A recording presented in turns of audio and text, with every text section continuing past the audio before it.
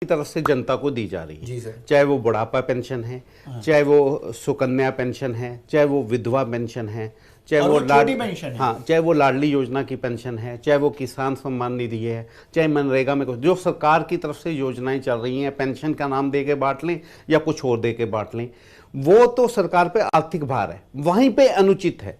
जो दूसरी पेंशन है सर, वहां पे हमें समझना पड़ेगा, वहां पे तो हम सरकार को दे रहे हैं। अगर मैं नेशनल पेंशन स्कीम की बात करूं, अटल पेंशन योजना की बात करूं, या किसी और इंश्योरेंस कंपनी की पेंशन योजना की बात करूं, उसमें क्या होता है, पहले हम कंट्रीब्यूट करते हैं। हाँ। मेरे पास से आए महीने, आए वर्ष कुछ ना कुछ जा रहा है अपनी समर्थता के अनुसार, और उससे जो मेरा फंड इकट्ठा होता है, उससे जो मेरी राशि इकट्ठी होती है, वो 55 साल के बाद या 60 साल के बाद सरकार मेरे को वापस करती है पेंशन के रूप में, जब तक मैं जिंदा रहूंगा या मेरे जो उत्तराधिकारी हैं उनको मिलता है।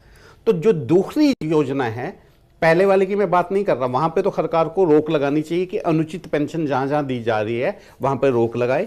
लेकिन जो दूसरी पेंशन है, नेशनल पेंशन योजना जिसे बोलते हैं, वहां पर मजबूती प्रदान करना बहुत जरूरी है। एक आम आदमी लीजिए जो व्यापार करता है, एक छोटी ही दुकान चलाता है, सरकारी कर्मचारी को तो सरकार सरकारी खजाने से पेंशन दे देती है, सही बात है। लेकिन एक व्यापारी जिसने 50 साल 60 साल की उम्र तक काम किया, अब जब उसमें बुढ़ापा आ गया, तो सरकार को उसको सम्मान करने का एक ही ढंग है कि उसको किस तरह की पेंशन दी जाए, और वो पेंशन कुछ सरकार उस पर आसान नहीं कर रही, उसका पैसा ही उसको वापस कर रही है। अच्छा। तो इस स्कीम को और ज्यादा अट्रैक्टिव बनाना चाहिए। अट्रैक्टिव कैसे बना सकते हैं, इस पर जो ब्याज मिलता है, जो मैं नेशनल पेंशन स्कीम में हम ब्याज मिलता है, वो ब्याज की सीमा को बढ़ाना चाहिए। जैसे भी हम कह रहे थे, सेविंग पे ब्याज बढ़ना चाहिए, एफडी पे बढ़ना चाहिए, होम लोन पे घटना चाहिए।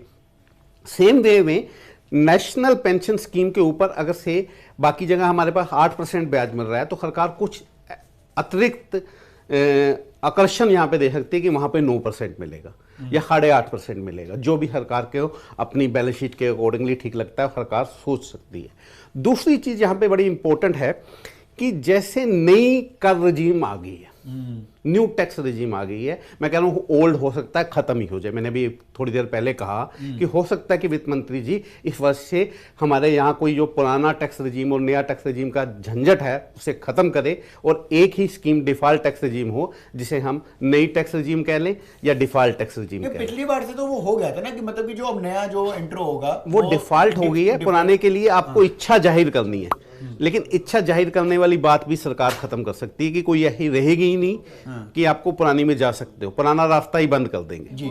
एक चीज और है, जैसे कि आपने बहुत सारी बातें लिखी हैं, बजट एक्सपेक्टेशंस, यानी कि बजट को लेकर जो एक्सपेक्टेशंस हैं वो क्या क्या है, अगर आप अगर वो समझा पाए, बता पाए, मतलब कि एक एक लाइन में, कि क्योंकि आपने बहुत सारा लिखा है, इसलिए मैं ये जानना, मैंने कुछ अपनी, मतलब मैं यू कैन से कि अगर मैं वित्त मंत्री होता, ओके, ये बड़ा अच्छा है, तो मैं जनता के लिए क्या क्या कर सकता था। ये जब लिखवाया जाता था कि अगर मैं प्रधानमंत्री होता तो निबंध लिखी है इस बात पर, तो बहुत सारी चीजें लिखते थे, और बहुत सारी चीजें उसमें ऐसी होती थी जो बिल्कुल ही एकदम अलग होती थी। तो इसीलिए मैंने ये शब्द प्रयोग किए कि अगर मैं वित्त मंत्री होता तो मैं जनता के लिए क्या क्या कर सकता था, क्योंकि एक्चुअल में तो वही होना, वास्तविकता में तो वही होना है जो हमारे वित्त मंत्री जी के पिटारे में है, वो अब छप चुका है, उसे मैं बदल नहीं सकता, लेकिन फिर भी लेकिन मैं वित्त मंत्री होता तो कुछ एक जो सुझाव मैं यहाँ पे इंप्लीमेंट कर सकता था। मेरा फोकस सबसे ज्यादा इस समय यह है कि अगर भारत को मेक इन इंडिया के नारे को साकार करना है,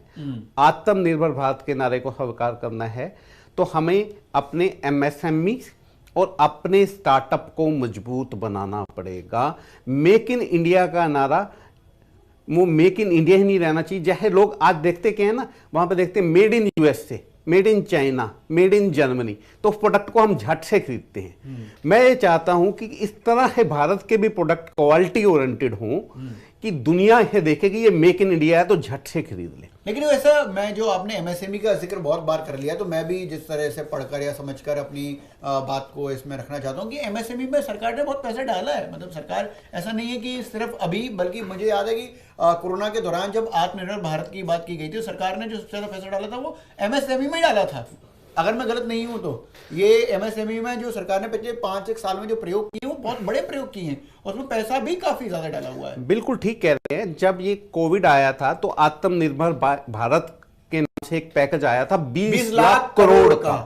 20 लाख करोड़ का वो पैकेज था, वो सारा का सारा एमएसएमई के लिए। और उसका आप परिणाम भी देख रहे हैं। एक बड़ा अच्छा उदाहरण मैं यहाँ पे देना चाहूंगा। एमएसएमई के बेनिफिट उसको लोगों को मिलते हैं जो उद्यम रजिस्ट्रेशन है, जिनके पास जो उद्यम सरकार के पास रजिस्टर है।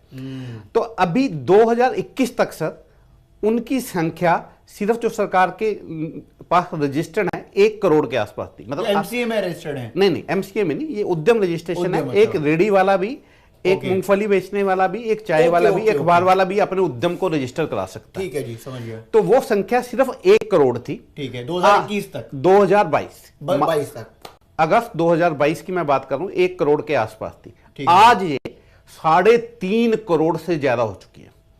मतलब 1 साल के अंदर लगभग ये 3.5 गुना होगी सर। और आज भी इस पे इतनी जरूरत क्यों है?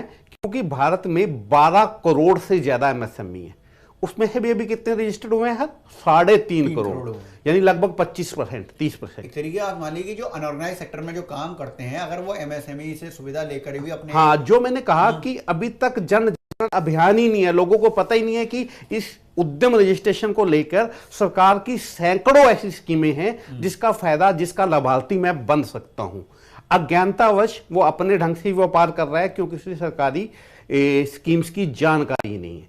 तो जन जागरूकता अभियान औद्योगिक स्कीमों का, व्यापारिक स्कीमों का सरकार की तरफ से होना बहुत ज्यादा जरूरी है। हर हर घर में पैम्फलेट बांटे जाएं, घर घर जाके बताया जाए। जैसे हमने पोलियो का अभियान चलाया था ना सर, घर घर जाके टीका लगाया था, तो घर घर जाके व्यापारी को बताया जाए कि तेरे लिए ये स्कीम है। जब सरकार ने पेंशन बांटनी है, जब सरकार ने कोविड के इंजेक्शन लगाने हैं, तो इस तरह का जन जागरूकता अभियान चला था ना। तो एमएसएमई के लिए भी, मेक इन इंडिया के लिए भी इसी तरह का जन जागरण अभियान चलना चाहिए। हम घर घर, दरवाजे दरवाजे जाएं, गांव गांव जाएं और लोगों को बताएं कि सरकार आपके हाथ है। जो मोदी जी ने नारा दिया है, सबका विश्वास, सबका हाथ, सबका विकास, वो सिर्फ नारा नहीं है। सरकार आपके हाथ, आपके व्यापार को मजबूत करने के लिए आपके घर आके खड़ी है। एक चीज मैं ये कहना चाहूंगा कि दोस्तों, जैसा कि हमने कहा आपसे कि हम बजट को सरलीकरण कर या बजट को आसान भाषा में आपको समझाएंगे, वैसा सर बता पा रहे हैं कि देखिए एमएसएमई को लेकर एक जो आपके अंदर जो धुंधलाहट होगी, अरे वो आपको समझ में आई होगी। 2022 तक इस देश में 1 करोड़ एमएसएमई में रजिस्टर्ड जो है उद्योग थे, जो अब 3.5 करोड़ में जा चुके हैं। सर आप एक्सपेक्टेशन बता रहे थे, बताइए। हाँ। अगर आप वित्त मंत्री होते तो आप क्या करते? पहला काम तो मैं सबसे ज्यादा फोकस करता हर मेक इन इंडिया। आपने बताया उसको। दूसरा मेरा जो रहा, कर रहे थे कोई बजाय, मैं कर सरलीकरण में विश्वास रखता हूं। ओके, इसको भी मैं एक डाटा से बताता हूं कि मोदी गवर्नमेंट इस पे क्या काम कर सकती है। जब 2014 में मोदी गवर्नमेंट आई तो पूरे भारतवर्ष में लगभग 3.5 करोड़ से 4 करोड़ इनकम टैक्स रिटर्न भरे जाते थे। ठीक है। इस साल का जो नंबर है सर, ऑलरेडी हमने 10.5 करोड़ की फिगर क्रॉस कर ली है। यानी भारत में जो कर देने वाले लोग थे, पहले मात्र 3.5-4 करोड़ लोग थे, जो आज बढ़ के फिर 3 गुना होने वाले हैं। 10.5 करोड़ से ज्यादा ऑलरेडी हो गया। अभी मार्च तक और रिटर्न्स जाएंगी तो और ये डाटा बढ़ जाएगा।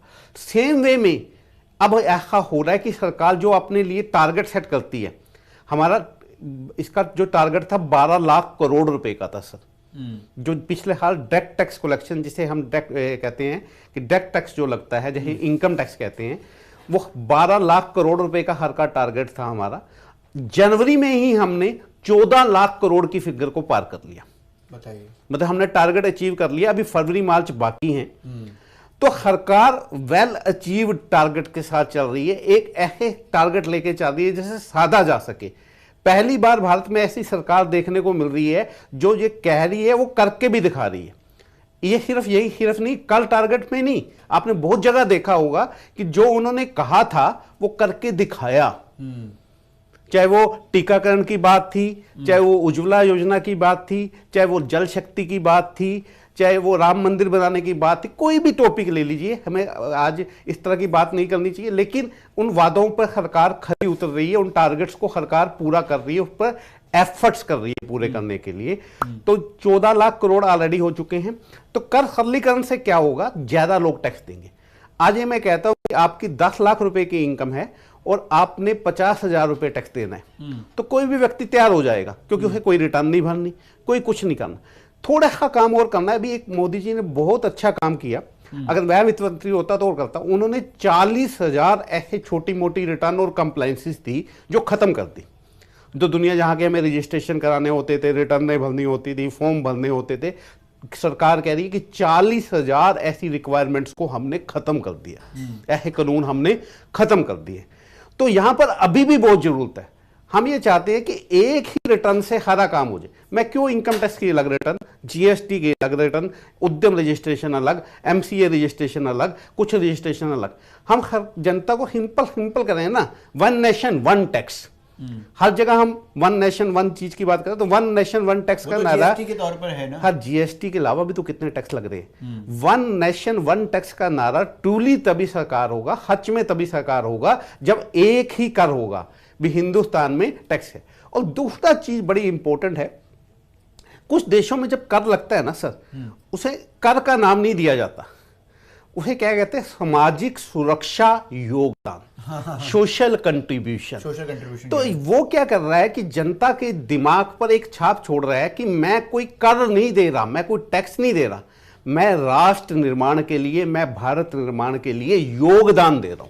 कस्टम से जो सामान आता तब भी दिया जाता है। जैसे हर चीजों का नाम चेंज हो रहा है, तो मैं वित्त मंत्री होता तो मैं ये इनकम टैक्स जीएसटी का नाम चेंज कर इसे सामाजिक सुरक्षा योगदान का नाम देता।